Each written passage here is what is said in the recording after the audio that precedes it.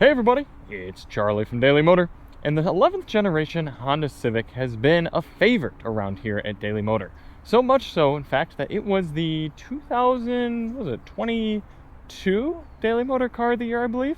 One of those years. We had the Hyundai Kona N, and then I believe it was this right before that. But now, for 2025, we have the hybrid model built back into the Civic lineup. For the previous generation Civic, they broke it out and called it the Honda Insight, but now it's right back to being a Civic. So now you can get it in both sedan and hatchback form, which you're seeing right here. This is the Civic Sport hatchback, so it's the cheapest hatchback hybrid you can get, coming in about $31,000, even in this bright red paint, which I quite appreciate. I think it looks fun and cool. I could take or leave the black wheels, but in general, this Civic has a lot to offer, whether it's just you in the car, whether it's family, whether it's a road tripper, or just an around town sort of vehicle. There's a lot to like. And looking at it now, it seems that there were some birds that decided there was a lot to like about the Civic as well. I try to park this car in a different place every time, or the press cars I have, and they always manage to get pooped on by birds. But anyway, today I'm going to tell you takeaways from the time that I've had the Civic. There's quite a lot to like about it, but there are some things I would change as well. If you do want to see more on the car, check the link below. We've got a dedicated review of the 8-speaker sound system and a fuel economy test on the highway cruising at 70 miles per hour. So you can find both of those linked below. But for my first con, we've got to get inside the vehicle. You can see this nice crispy black interior with some cloth seats. Those aren't my complaints. My complaint is that on this sports trim, we only have wired Apple CarPlay and Android Auto. And if you haven't had Apple CarPlay or Android Auto in your car before, then this might not seem like a big deal to you. Or if you're somebody that does a lot of longer road trips and you're plugging in order to keep your phone juiced up, that might not seem like too big of a deal to you. However, if you're someone who gets in and has a shorter commute or makes a lot of smaller trips around town, you're gonna regret not having wireless phone projection. It's so nice to be able to just have your phone in your pocket or in your bag, in your purse, something like that, and have your phone projection come up, especially because this is a very basic screen. It's not, I'd hardly even call it infotainment. There's no map, there's not even a home screen. You just choose between phone, radio, media, and connect, which is your phone projection. Now, to be fair, you've got Bluetooth at least, so you can listen to things come through, but you don't get your navigation and your extra information, things like Waze or your podcasts or anything coming up on the screen in front of you like you would when you plug in. Now, that being said, if you are going to plug in, I want to take this quick moment to plug my favorite cable on the market. This is the MagTame magnetic phone cable. I use this for all of my cabling needs, and you can see because it's magnetic, it rolls up nice and clean. You can throw it in your bag, you could bring it in your pocket, or you could leave it in your vehicle like this. So oftentimes I'll plug it in and then I'll just kind of squirt the end off like this, plug it in, and then at least it doesn't take up as much space. It's very nice and neat. You can pick yours up, linked below. I've got some sort of discount. I'll save you guys some money also and give me some money as well. But either way, highly recommend getting one of these, or you can get wireless phone projection with a little dongle. I've sponsored them before, but also just look up whatever's really highly rated on Amazon for about $80. You can plug in and then have a wireless Apple CarPlay or Android Auto solution. It's just not as good as having it built right into the car.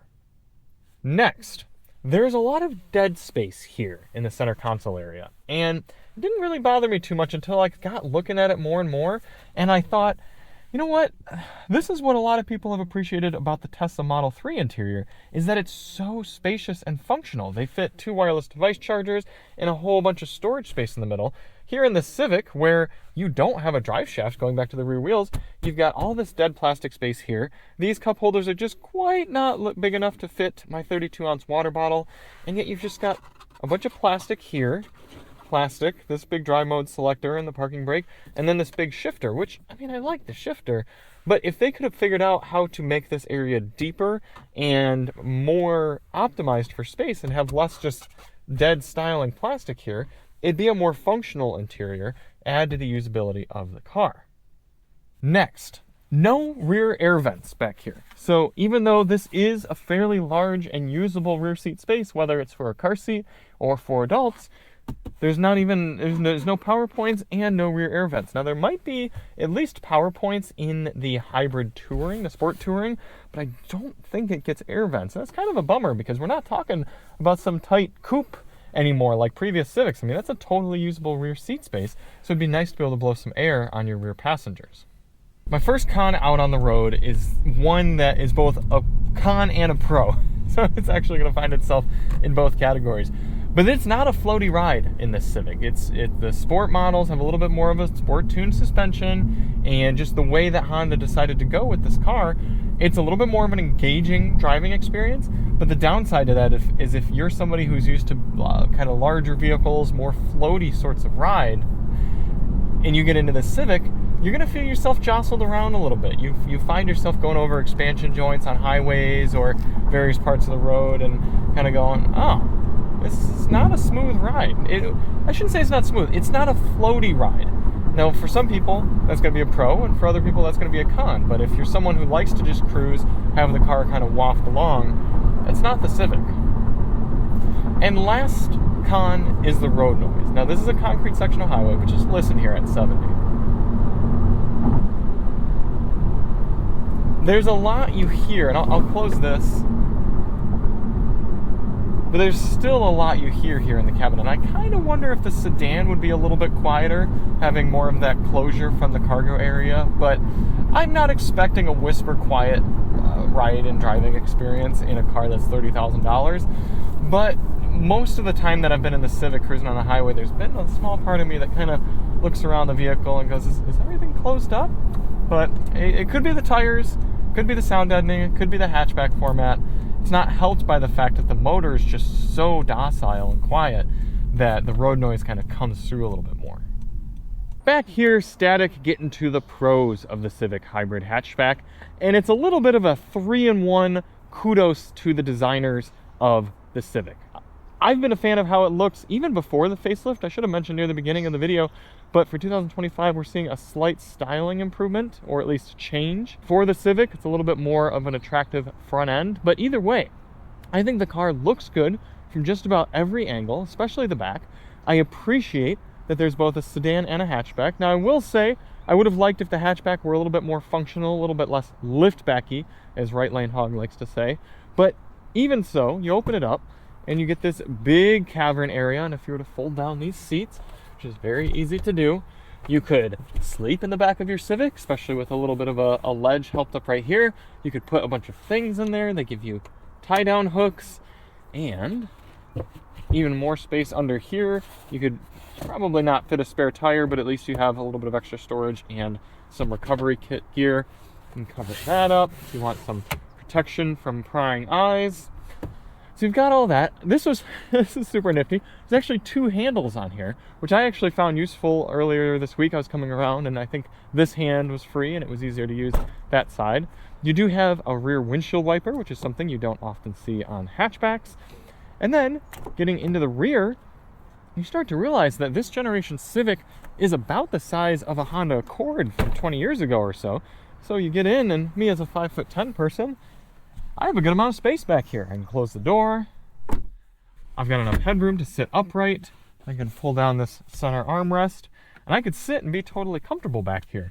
That packaging is nice and thoughtful. They got a cup holder action, and yeah, it's both functional and attractive, and that continues up into the front where there's an extra element of usability baked into the design as well.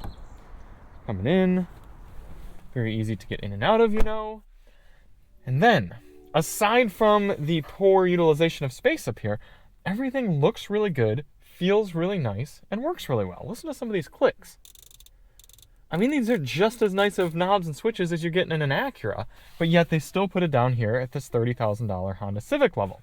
Bunch of physical controls on the steering wheel. It's one of my favorite designed and feeling steering wheels at the price point.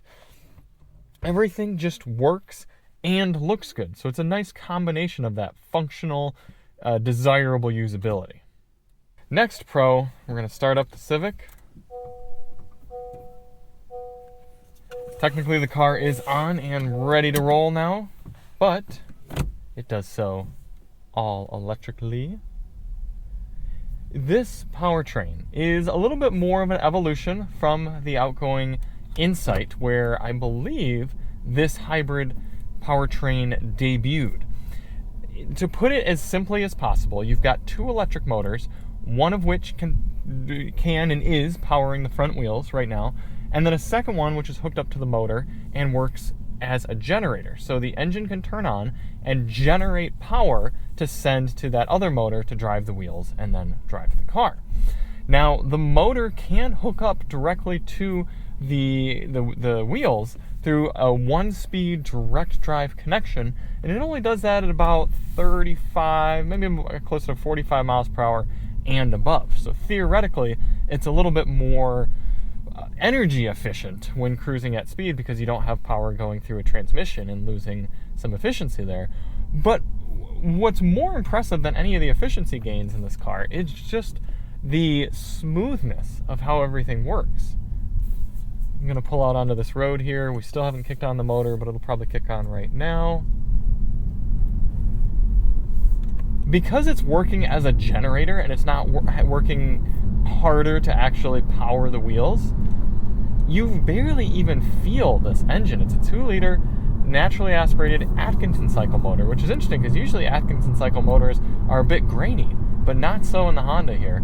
Very smooth, very robust, and if I'm not mistaken, it's essentially the same engine we see in the Accord and the CR-V, but it's just so well done here, and especially when you're talking about a vehicle at this price point, the fact that it is so smooth and actually pretty powerful. 200 horsepower, 230 some pound-feet of torque, and you get on it,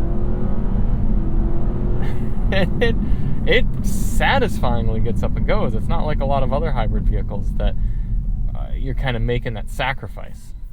So I've been really satisfied with the powertrain, not only from a smoothness and an impressiveness standpoint, but also the fuel economy, which is the next pro here. This gets very good fuel economy without having to try hard. When I got the vehicle, it was getting, I think, about 41 mpg from the last 600 miles, so a lot of the different drivers. But then for me, while I was driving it, I was getting 47 mpg over 100 miles of mixed driving. And I kind of know how to drive a hybrid a little bit better. I'm sort of longer with my braking zones, and I know how to drive efficiently. But even that, I wasn't trying hard, still getting really impressive numbers there. And it's so nice to have this marrying of a satisfying, refined, and powerful powertrain that is also efficient at this price point.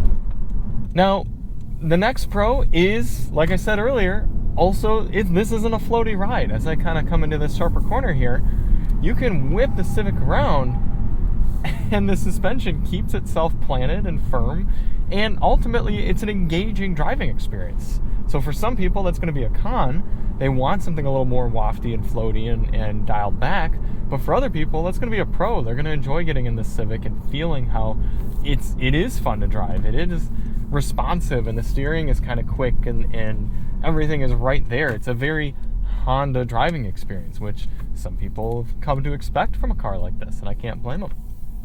My last pro is something that I've given as pros for the last few Honda and Acura vehicles I've reviewed, and it kind of summarizes a lot of this review into something I call Hondaness.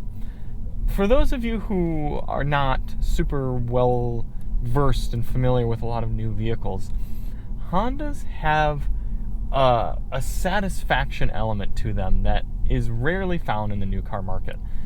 They're tight, they're satisfying, they're crispy. A lot of times I like to use that word, and it comes down to everything about the vehicle. It's the way the steering wheel feels, the way the steering feels, the way this knob feels, the shifter. Everything is designed with a feeling of precision and tactile satisfaction, and it's not something you get on paper. You can't compare this to a Hyundai and to a Jetta and to a Corolla and just think, oh yeah, well the Honda's got Hondaness. So that's me telling you that despite this car having fewer features for the price point than a lot of its competitors, the way everything comes together into this cohesive package, you could put me blindfolded into this car and have me start driving, and I would know it's a Honda right away because of the way it feels, because of the way everything reacts and comes together. And it's one of the reasons that Honda is one of my favorite new car brands, is just that everything feels right in a Honda, and it makes it so it's a car that I want to drive and I want to be in. And so it's difficult for me to compare this, again, to other competitors, because Hondas have this edge of satisfaction that it's hard to just put features in your car and beat. And for me, I mean, I don't know, would I rather have things like ventilated seats and a 360 cam, or would I rather just have this tight Honda feeling? And I don't know. What I recommend is you test drive them. If you're in the market, test drive these cars, and then you can experience what I mean about the Hondaness. But before we wrap up, we do have to put the Honda Civic hatch on the Daily Motor leaderboard. Still pretty early in 2025 here, so we've only got 2 existing entrants, the Sonata and the Nautilus. This one's really tough for me because I really liked that Hyundai Sonata hybrid, but I also really like this Civic. But the biggest wow factor for me with the Civic is the powertrain. And I don't know if I'm really willing to pay more for powertrain at this price point, unless I'm getting something like the Civic Si. I think for me, it's going to go back and forth a lot throughout the year, but I think we're going to go, man, it's so good. I don't know. I think for the Daily Motor leaderboard, it makes more sense to go right behind the Sonata hybrid. The Sonata costs about $7,000 more, which is significant, but you're getting a much bigger car that has more features, but is less fun to drive. So I think if you were comparing those two, which I'm not saying they're exactly comparable, I'm just saying for the sake of the Daily Motor leaderboard, the deciding factor would be, do you do more city and twisty driving, or do you do more highway? If you were highway, you get the Sonata, or if you have a family that you're taking around. But if it's a smaller family, or you do city and twisty driving, get the Civic. So thank you all so much for watching. If you do want to see more on the Civic, check the link below. I do like it. I am going to miss it, and I think a lot of people are going to like it as well. And we'll see you on the next one. I'm Charlie from Daily Motor, and as always, drive on.